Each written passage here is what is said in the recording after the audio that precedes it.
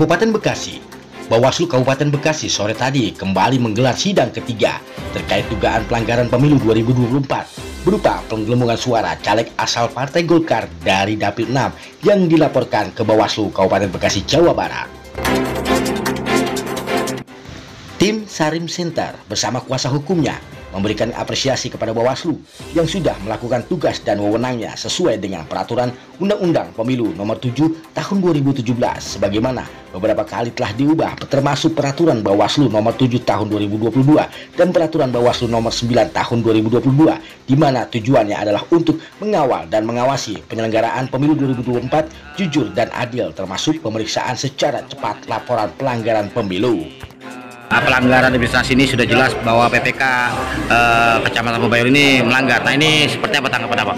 Baik, terima kasih. Kami dari kuasa hukum Bapak Haji Sarim yang tergabung di dalam Sarim Center, pertama mengucapkan terima kasih kepada Bawaslu Kabupaten Bekasi serta apresiasi yang sebesar-besarnya karena Bawaslu hari ini menjadi benteng terakhir dalam mengawal proses demokrasi di Kabupaten Bekasi.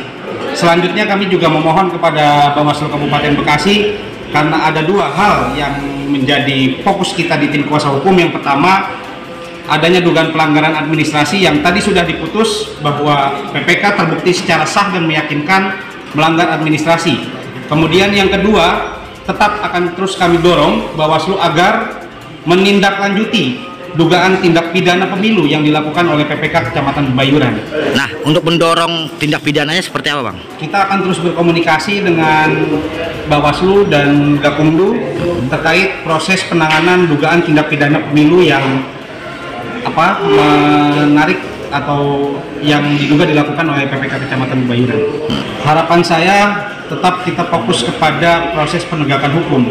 Bagaimanapun ketika sanksi administrasi itu sudah diberikan kepada PPK, namun ada dugaan-dugaan lain, pelanggaran-pelanggaran lain yang diatur di dalam Undang-Undang Nomor 7 Tahun 2017 dan itu juga harus ditegakkan dan ditindaklanjuti oleh Bawaslu dan Gakumdu terkait dugaan tindak pidana pemilu yang dilakukan oleh PPK Kecamatan Bayuran. Oke.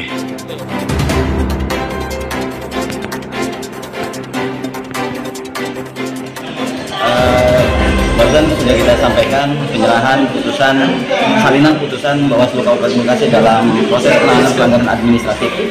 Jadi sebagaimana yang di awal dulu pernah saya sampaikan bahwa dalam konteks fakta persidangan kita nyatakan dalam putusan ini secara sah dan meyakinkan melanggar administratif. Nah, melanggar. Nah, ketika melanggar, apakah nanti secepatnya ditindak? Ya, berdasarkan surat dinas Bawaslu RI nomor 290 bahwa dalam hal sampai dengan tanggal 18 kita menangani proses pelanggaran di tingkat DPRD Kabupaten, maka kemudian kita hanya bisa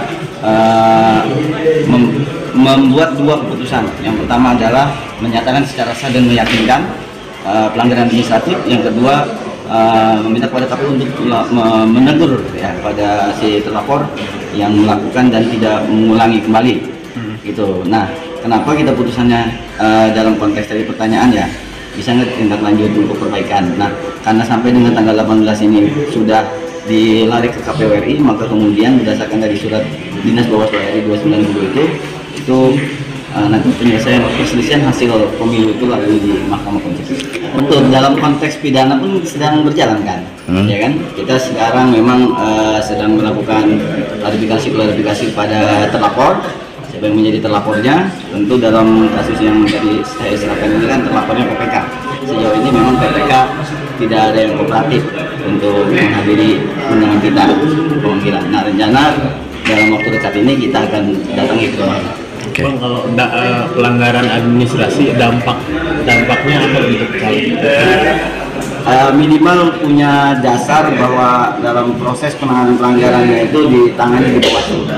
Ketika diajukan kepada baik Mahkamah Konstitusi maupun Mahkamah Partai, ini bisa dijadikan sebagai dasar. Kalau seandainya nanti diajukan kepada Mahkamah Konstitusi, kemudian Mahkamah Konstitusi misalkan memutus harus penyandingan D hasil dengan C hasil, maka mau nggak mau wajib hukumnya KPU menindaklanjuti putusan MK. Oke, kelar. Ya, terkait masalah yang caleg hari ini misalkan sudah ada pengumumannya ya, itu tetap berjalan. Tapi proses hukum, upaya hukum yang dilakukan oleh para caleg yang merasa dirugikan itu juga berjalan. Sampai batas waktu kapan, Om? Kalau di DPRD Kabupaten ini kan pelantikannya itu di bulan Agustus ya, di bulan Agustus. Nah, kemudian itu masa akhir periodisasi di 2019-2024. Nah, kalaupun misalnya dia sudah dilantik pun nanti itu bisa saja kalau seandainya terbukti secara sah dan meyakinkan, nanti berdasarkan dari KPU kemudian mengajukan kepada partai politik dan partai politik bisa membayar. Oh, itu. Oke, makasih, Pak.